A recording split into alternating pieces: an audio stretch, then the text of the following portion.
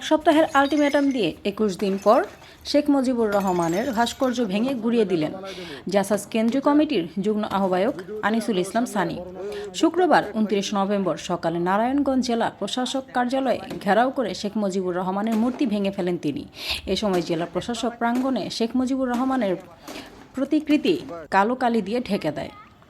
এর আগে ৭ নভেম্বর বিপ্লব ও সংহতি দিবস উপলক্ষে জাসাসের গণসমাবেশে বক্তব্য জাসাস কেন্দ্রীয় কমিটির যুগ্ম আহ্বায়ক আনিসুল ইসলাম সানি বলেন, আমরা জানি আপনি ছাত্রলীগের ক্যাডার ছিলেন।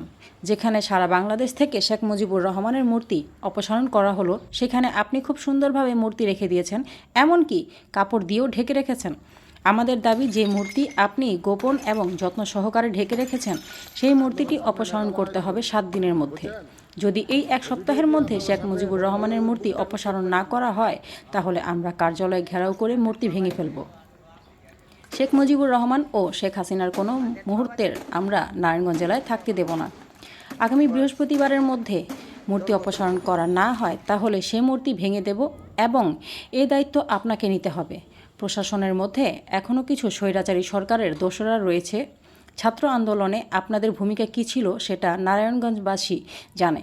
এখন সময় আছে, সাবধান হন, না হলে পরিণতি ভালো হবে না।